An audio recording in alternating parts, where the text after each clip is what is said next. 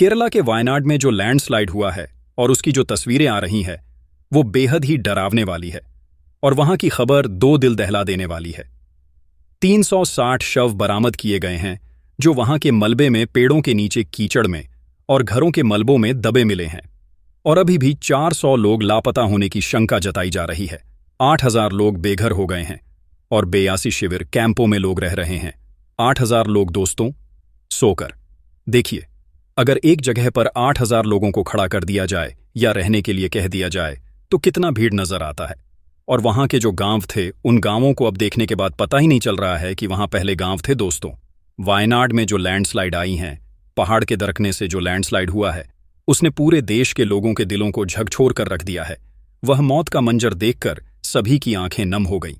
दोस्तों, आपको बता दें, रसिया के राष्ट्रपति व्लादिमीर पुतिन ने प्रधानमंत्री मोदी जी को फोन कर खुद ही वायनाड के इस घटना से दुख व्यक्त किया है। दोस्तों, आपको बता दें, यह हाल सिर्फ वायनाड में नहीं है बल्कि भारत के कई राज्यों में हो रहा है। उत्तराखंड और हिमाचल में बादल फटने से वहां का भी हालत बहुत खराब है। केदारनाथ में कई लोग फंसे हैं।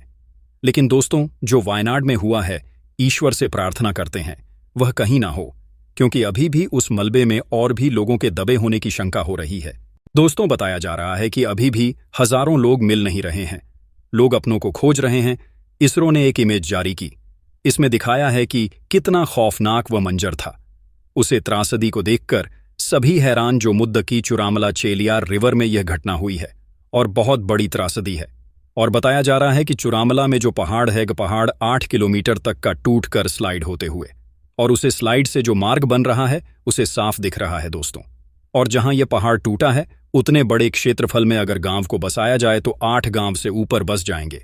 इतना बड़ा क्षेत्र था, टूटकर नीचे की सरकता हुआ चला आया है और उसकी नीचे जो गांव बसे हुए थे उनका रौंदता हुआ चला गया। और ऐसा क्यों होता है जब पहाड़ों पर लंबे समय तक हैवी वर्षा होती है, जिसे आंख से बोलते हैं, बादल फटना कहते हैं, जहां पर कई दिनों से बारिश हो रही है और वह उसके साथ ही साथ पल भी फट जाए। इस कारण से पहाड़ का कुछ हिस्सा, कुछ भाग या फिर पूरा पहाड़ ही खिसक जाता है, भूर भूर आकर बहने लगता है। सोच कर देखो दोस्तों, 8 किलोमीटर का क्षेत्रफल था और जब यह मालवा बनाकर बहने लगा तो इसके नीचे जो भी कुछ आया उसे रोटता हुआ चल यार नदी के किनारों को रौंदते कुचलते नदी में मिल जाता है। और जो पहाड़ का मालवा होता है उसमें पत्थर होते हैं, मिट्टी होती है, रेत होती हैं, पेड़ों की टुकड़े होते हैं, पूरा का पूरा पेड़ भी होता है और उसके साथ ही साथ पानी भी होता है। और जो इसका बहाव होता है वह इतना तेज होता है कि हर एक चीज को अपने साथ बहा कर ले जाता है। उसमें कई घर टूट गए, पूरा का पूरा गांव बर्बाद हो गया और 4 गांव ऐसे थे जो इस तरह मलबे के साथ बह गए कि लगता ही नहीं है कि वहां पहले कोई काम था। कई परिवार बर्बाद हो गए, लेकिन उसी के बीच एक आदिवासी परिवार को बचाया गया है, क्योंकि वहां पर बहुत से लोग आदिवासी भी रहते हैं और उनके पास कुछ भी नहीं होता है। दोस्तों, कुछ लोगों ने खुद को बचाने के लिए जैसे तैसे करके पहाड़ों की ऊंचाइयों तक पहुंच पाए और वह खुद को बचा पाए। तुम सबको बचाने में हमारे एनडीआरएफ ने, नेवी ने और हमारे वायुसेना ने पूरी जी जान लगाकर लोगों की जानी बचाई और 30 तारीख से ही अभी तक सारे लोग वहीं पर खड़े हुए हैं। बताया जा रहा है क्यों 1000 पुरुष की टीम पूरे इलाके में तैनात है और बचाव रेस्क्यू कर रही है, लेकिन अभी भी वहां की हालत बहुत गंभीर बताई जा रही है। आज वहां पर 6 दिन हो गए। इन 6 दिनों के अंदर 350 से ऊपर शवों को निकाला गया है और 400 लोग अभी भी गायब बताई जा रहे हैं और 8000 लोग शिविरों तक सुरक्षित पहुंच दिए गए हैं। सोचिए कितनी बड़ी त्रासदी है। हजारों लोगों को अपने घर छोड़ना पड़ा, बेघर हो गए, सैकड़ों की जान चली गई। जिन लोगों ने अपनों को खोया है उनके दुखों को जरा सोच कर देखिए, जो अपनों को खोते हैं। ये जो इलाका है दोस्तों, पहले से ही बता दिया गया था, हाई रिस्क जोन है, लैंडस्लाइड का एरिया है, भूस्खलन जनित क्षेत्र है। लेकिन उसके बावजूद भी यहां पर कंस्ट्रक्शन का काम तेजी से हुआ, या यूं कहें कि इस कंस्ट्रक्शन ने सामने से ही तबाही को इनवाइट किया है। अगर वहां गांव नहीं होते, लोगों को नहीं बसाया जाता, कंस्ट्रक्शन के लिए पेड़ों को नहीं काटा जाता, तो ऐसी स्थिति में इतनी बड़ी तबाही नहीं होती। हजारों लोग बेघर हो गए, सैकड़ों की जान चली गई और अभी भी सैकड़ों लोग लापता है। और इसका मेन रीजन पेड़ों को काटना, क्योंकि जब पेड़ों को काट दिया जाता है तो उसके जड़ सूख जाती है और मिट्टी को जो पकड़कर रखती हैं वह छोड़ देती है, जिसके कारण मिट्टी भुरभुरा हो जाता है और तेज बारिश होने पर भूस्खलन जैसी स्थिति आ जाती है। इसके लिए क्या देश का या किसी भी प्रदेश का यह दायित्व नहीं बनता कि जो एरिया रिस्क जोन है, भूस्खलन का एरिया है, वहां पर कंस्ट्रक्शन का काम ना किया जाए, लोगों को उसे एरिया से दूर बसाया जाए। हिमाचल प्रदेश में आप अच्छी रहे हैं कि नदी के किनारे लोगों ने अपने घरों को बनाया है। अरे यहां तक तो देखा जा रहा है कि नदी में ही कितने घर बनाए गए हैं। और तब क्या होता है, जब नदी में जब बाढ़ आती है तो वही तबाही का मंजर बन जाता है, और जो नदी के किनारे घर होते हैं वह सब नदी में भाकर खत्म हो जाते हैं। उसमें जान भी जा सकती है और कितना धन का नुकसान होता है, आप अनुमान लगा ही सकते हैं दोस्तों। आखिर ऐसा लोग क्यों करते हैं? अभी कुछ ही समय पहले देखा है, दिल्ली के यमुना नदी में कितनी छुट्टियां और कितने घर बनाए गए थे। जब कोर्ट के आदेश पर उन घरों को गिराया गया तो लोग क्या कहते हैं कि सरकार ने या कोर्ट ने गलत किया। लेकिन दोस्तों, ये गलत नहीं किया है, उनकी जिंदगी को सुरक्षित किया है। अगर समय रहते ऐसा किया गया है तो ये समझ लीजिए कि तबाही से उनको बचाया गया है, क्योंकि जब यमुना नदी में बाढ़ आती है तो वह अपने साथ क्या क्या बर्बाद करेगी, इसका कोई अनुमान नहीं लग जा सकता है।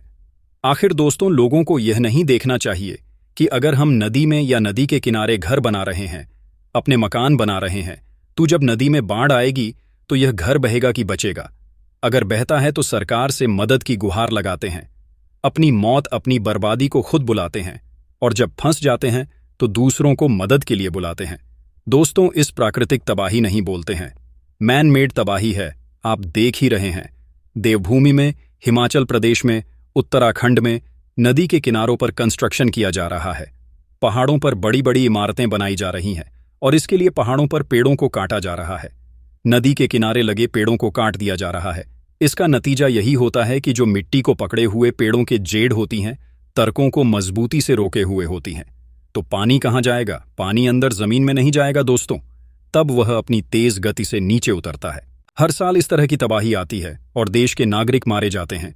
यहाँ के बिजनेस को नुकसान पहुंचता है, लोगों की संपत्ति बर्बाद हो जाती है और सरकार सिर्फ मुआवजा करती है और आमजन अपनों को खोकर बर्बाद हो जाते हैं। सब कुछ लुट जाता है दोस्तों। क्या सरकार को नई इंटेलिजेंट टेक्नोलॉजी से या सैटेलाइट से समस्या को झांत करके लोगों को जानकारी दी जाए? क्या इसके लिए एक मुहिम नहीं चलनी चाहिए?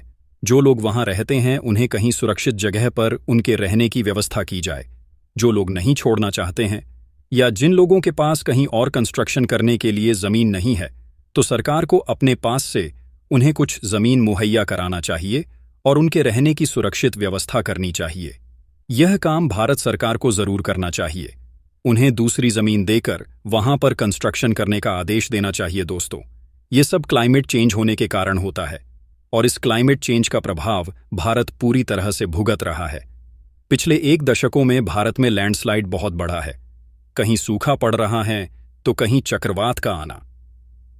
भारत ये सब बहुत झेल रहा है दोस्तों। इसके लिए एक डिजास्टर टीम बनानी चाहिए, एक डिजास्टर मैनेजमेंट बनाना चाहिए। भारत सरकार को ऐसे बटर प्लानिंग करने से देश के अंदर आम नागरिकों को इस तरह से जन धन के नुकसान से बचाया जा सकता है। लोगों के घर तबाह नहीं होंगे, अपनों से हाथ नहीं धोएंगे। दोस्तों, इस पर आपकी क्या राय है? नीचे कमेंट करके हमें जरूर बताएं और वीडियो को हो सके तो ज्यादा से ज्यादा शेयर करें। फिर मिलते हैं एक नई वीडियो के साथ। तब तक के लिए धन्यवाद। जय हिंद, जय भारत।